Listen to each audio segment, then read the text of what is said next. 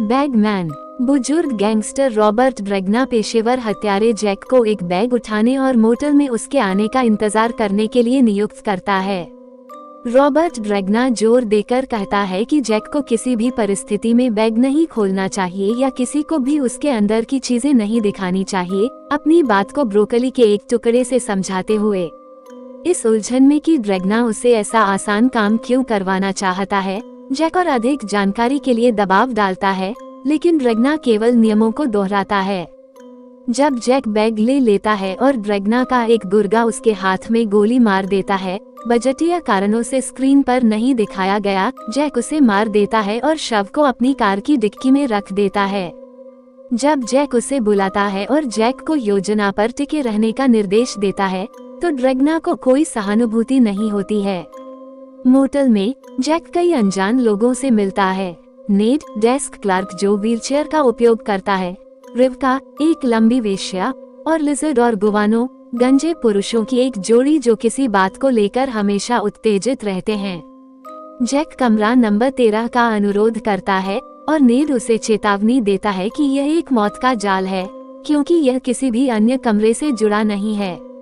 जब दो अनजान सूट पहने हुए आदमी जैक के बारे में उत्सुक हो जाते हैं, तो वह अचानक उनके कमरे में घुस जाता है और बिना किसी स्पष्ट कारण के दोनों को मार देता है।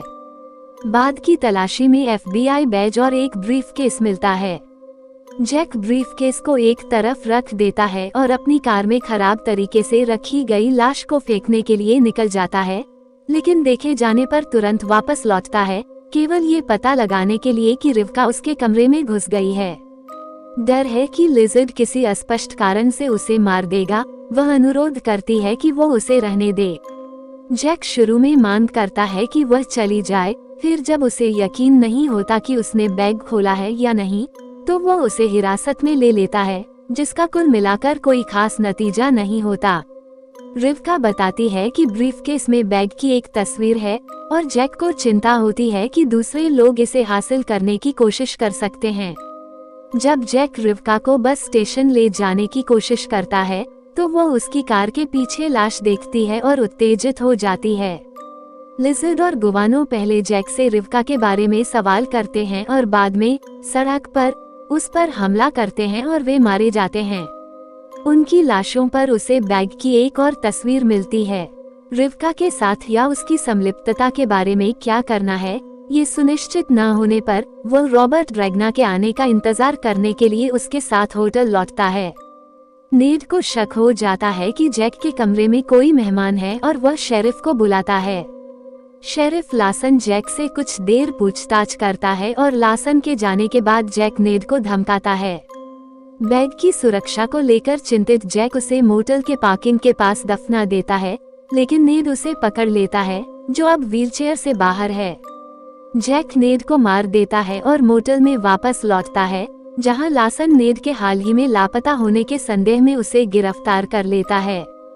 ये स्पष्ट नहीं है कि नेड को लापता व्यक्ति के रूप में किसने रिपोर्ट किया, क्योंकि वह 15 मिनट पहले गायब हो गया था। जब लासन जैक से जानकारी प्राप्त करने के लिए उसे प्रताड़ित करने की तैयारी कर रहा था, तभी रिवका वहां आ गई। लासन ने उसका बलात्कार करने की धमकी दी, लेकिन वो एक डिप्टी को काबू में करके जैक को छुड़ा लेती है, जो फिर लासन को मार देता है। जब रिवका बैग के बारे में विस्तृत जानकारी दिखाती है, तो जैक को उस पर फिर से शक हो जाता है, लेकिन वह बताती है कि उसने उसकी जान बचाई है। कुछ हद तक शांत होकर वह बैग वापस ले लेता है और कमरे 14 में प्रतीक्षा करता है। जैक के भरोसे की कमी से निराश होकर आखिरकार ब्रैगना प्रकट होता है। फिर भी इस बात से संतुष्ट कि जैक ने बैग में नहीं देखा है, ब्रैगना बताता है कि पूरी स्थिति जैक के कौशल और चरित्र की परीक्षा थी, क्योंकि कुछ महीने पहले जैक की मंगेतर की अनसुलझी हत्या के बाद उसे जैक के संकल्प पर संदेह था।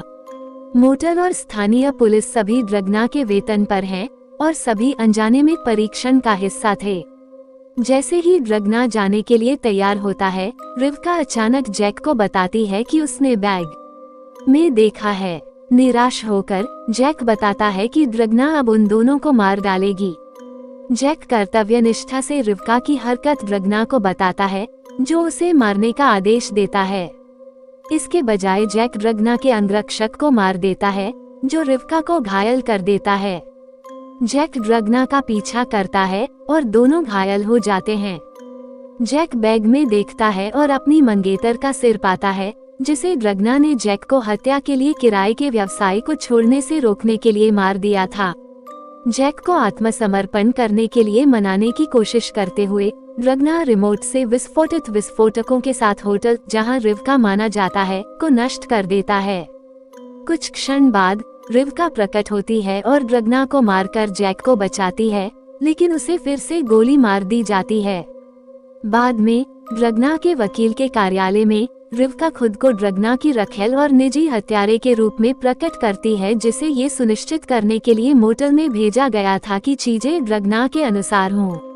वह जैक की हत्या के लिए $5 मिलियन का इनाम इकट्ठा करती है और वो और जैक एक साथ वहां से चले जाते हैं।